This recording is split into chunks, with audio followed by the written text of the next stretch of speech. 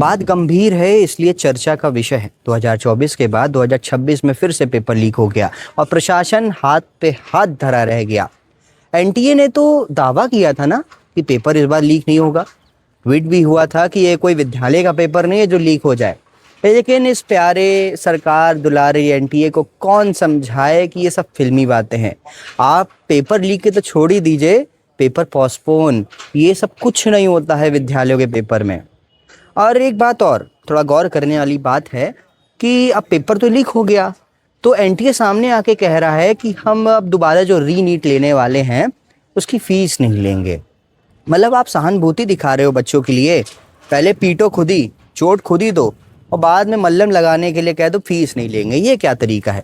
आज इसी चीज़ों पे चर्चा करने के लिए हमारे साथ कई मेहमान जुड़े हैं।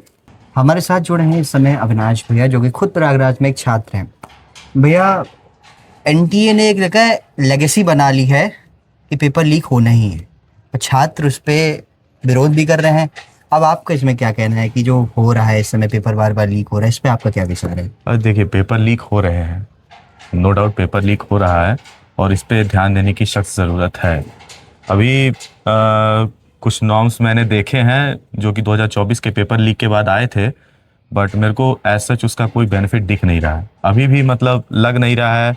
इतने सारे नॉर्म्स थे, इतने सारे वादे कर रखे हैं एनटीए ने कि हम ये कर देंगे वो कर देंगे, पेपर लीक नहीं होगा, बोर्ड का पेपर नहीं है, हम पेपर ले रहे हैं, बट कुछ फ़ायदा दिख नहीं रहा है उस बारे में। अगर इंडिविजुअली आपसे पूछे, आप मेरे से पूछे, तो बहुत सख्त एक्शन की ज़रूरत है एनटीए के ऊपर। इसके ऊपर शायद लोग सुप्रीम कोर्ट में गए भी हैं। तो अगर ऐसा एक्शन होता है, हम तो चाहेंगे एक्शन हो, क्योंकि लाखों लड़कों के। कितनी बार बोला जाता है कि एक्शन हो जी, लेकिन अभी तक एक्शन होता ही कहाँ है। बार बार सीबीआई जांच हो जाती है, वो निकल आते हैं। अभी जो पहले वाला पेपर हुआ था उसमें कुछ जो लीक करने वाले मिले थे वो बेल पे बाहर आ गए। वही बात है, एक्शन हो नहीं रहा। हम तो चाह रहे हैं, अब इसमें फिर यही बात, अगर एक्शन नहीं होगा तो संलिप्तता पाई जाएगी। एक एजम्पशन बनेगा लोगों के मन में कि आखिर ऐसी क्या बात है कि एक्शन नहीं हो रहा।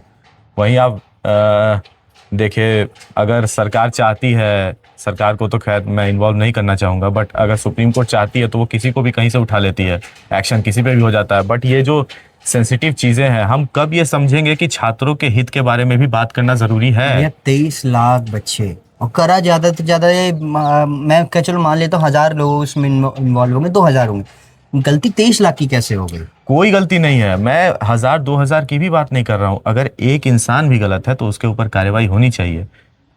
वो जो 23 लाख लड़के हैं, आप कह रहे हैं 23 लाख, उन 23 लाख लड़कों में कितने लड़के ऐसे होंगे जो अपने शहर से दूर जाकर एग्जाम देते होंगे? और एनटीए का तो रहा ही कि 500 किलोमीटर दे ही देता है, दूर दे देता है। अभी तो बीच में ये भी देखा था कि नॉर्थ कोरिया साउथ कोरिया भी वो तो एडिटेड था, वो उसको मैं नहीं कंसीडर करूंगा। बट सेंटर दूर होते हैं, लाइक जो एक्सेसिबल नहीं है, जिनके लिए, जिनका बहुत दूर गांव में घर है, उनके लिए शहर जाना भी बड़ी बात होती है। अच्छा, फीस की बात अभी सामने आई कि एनटीए ने कहा कि जिसने फीस दे दी उसको री नीट के लिए फीस नहीं देना है। आपको नहीं लगता ये सहानुभूति की तरह बस एक फॉर्मेलिटी है? ये फॉर्मेलिटी है अपने आप को कवर अप करने के लिए। आप ये नहीं कह सकते कि मतलब आप दोबारा से फॉर्म का पैसा नहीं लगेगा आपका, या आप उस इंसान का जो फ्रस्ट्रेशन है, जो एग्ज़ाम के टाइम मेंटल फटीग होता है, उस मेंटल फटीग का क्या? आप एक दिन अगर पेपर होता है तो उसके एक हफ्ते पहले से इंसान टेंशन में रहता है, उस टेंशन का क्या? आने जाने का जो खर्च है, वहाँ रुकने का जो खर्च है, उसका क्या?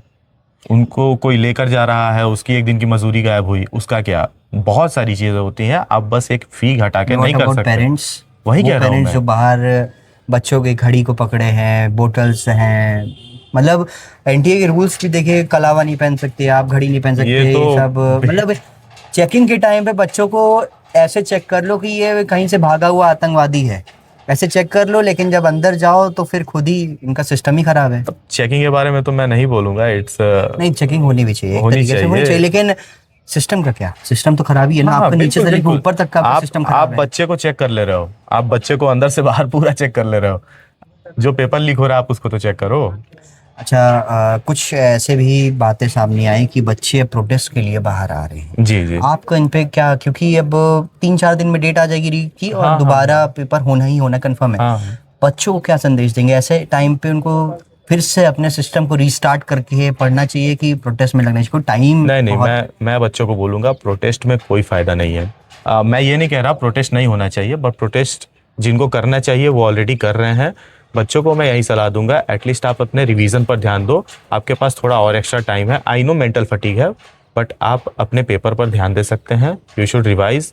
और अभी यही बचा है, अब कुछ दिन में दोबारा से पेपर होगा, तो उसके लिए एटलीस्ट रिवाइज करके रहिए और अच्छा जाएगा। Good luck for the students. चलिए, मैं भी सभी साथियों से, छात्रों से ये कहूँगा कि आने वाले जो टाइम में रीनीट होने वाला है उसकी तैयारी करिए। जो हुआ है उसके लिए इतनी न्यूज़ आ रही है, प्रोटेस्ट हो रहा है, उसके लिए और लोग हैं, आपके शुभचिंतक अभी बैठे हैं। बहुत सारे न्यूज़ मीडिया बाहर आ चुकी है जहाँ प्रोटेस्ट हो रहा है, वहाँ खुद जा के जितने एंकर्स रिपोर्टर्स वहाँ रिपोर्ट कर रहे हैं।